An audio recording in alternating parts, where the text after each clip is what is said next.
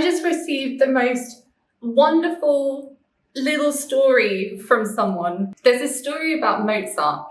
When he was the most famous composer, a younger composer comes to him and says, "I want to write a symphony. Do you think I'm ready?" And Mozart responds, "No, you're far too young." And the other composer responds, "But Mozart, you were 10 years old when you wrote your first symphony." And Mozart then says, "True, but I wasn't going around asking anyone if I should do it."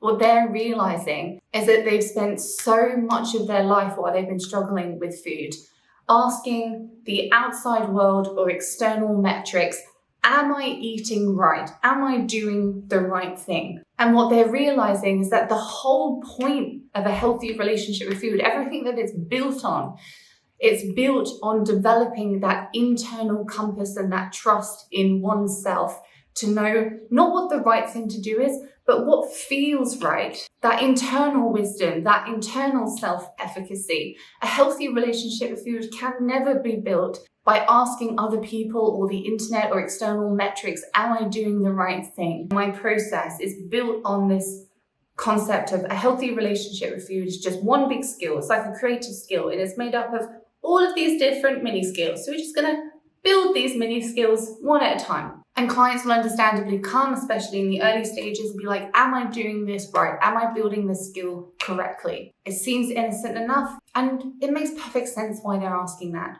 They're afraid of doing it wrong and sabotaging their efforts of getting a healthy relationship with food. But let's look at what's going on here. If that is the predominant question, am I doing this mini skill right? That could very well indicate that someone is trying to go on what I call the healthy relationship with food diet, where they take all of these mini skills laid out and they try to turn them all into new rules to do correctly, thinking that that's going to give them a healthy relationship with food, and it doesn't. And you might say, well, if doing all of these mini skills right doesn't give someone a healthy relationship with food, then why are they there? Why is what you do not just completely ineffective? But the key realization that clients need to make here in order to reach what we call the tipping point and then actually start shifting their relationship with food is realizing that it's not about just doing the action of the skill. It's about doing the action with an intention of self-care. I say it time and time and time again. It is not the action. The action is irrelevant. It is the intention behind the action that matters. It is the intention behind the action that will either propagate a struggle in the relationship with food or propagate a healthy relationship with food.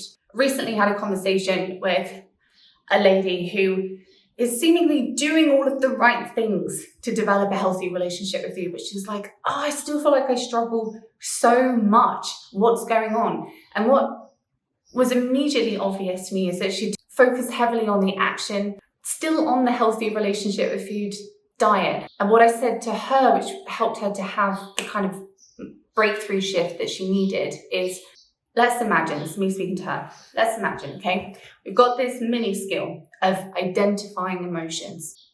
It's one of the mini skills that makes up a healthy relationship with food. Now, I'd like you to imagine that there is a mother and a son. And in scenario A, the mother praises the son when he identifies his emotions, and she chastises him and belittles him and judges him when he doesn't. And in scenario B, the mother is supporting her son in being able to identify emotions, and she's supporting him in acknowledging for himself the positive impact that that's having. He doesn't get any praise for doing it, and he doesn't receive any judgment or chastisation, don't know if that's a word, or chastisation for not doing it. She's just supporting him in his ability to do that and acknowledging the impacts of it. And then I asked her, I was like, first of all, which one of these scenarios are you playing with yourself? She was like, scenario A. I feel good if I do it and I beat myself up if I don't. I was like, okay, then do you notice that in scenario A, where the mother's praising or chastising, the son can very easily get attached to the praise or the judgment.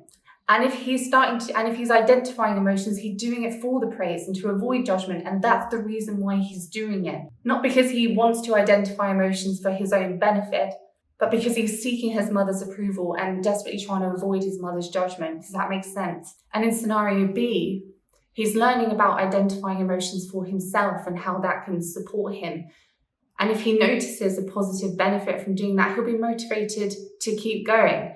And the point of identifying emotions will purely be to take care of himself and support himself. Which one of these boys is going to be motivated to identify their emotions for all of the right reasons and accordingly get all of the benefits of identifying their emotions in a really peaceful way? Obviously, the boy in scenario B, because the point of why he's identifying emotions is just to support himself. And this helped her to realize that if she became the mother to herself in the second scenario and she was engaging in all of these mini skills which she could see were helpful for her in a supportive way, in an intentional way, from a place of self-care, then it would allow her to actually develop a healthy relationship with food and not be on the healthy relationship with food diet. So let's say a client comes, they've had a craving and they honored it, and they ask the question, did I do the right thing there? The question that they will always get in response is, what was your intention behind honoring that craving? And then we explore if that intention aligned with self-care. Did they believe it was an act of self-care? Did they believe it would be helpful for them? And if the answer to that was yes, then it's like, great, then good for you.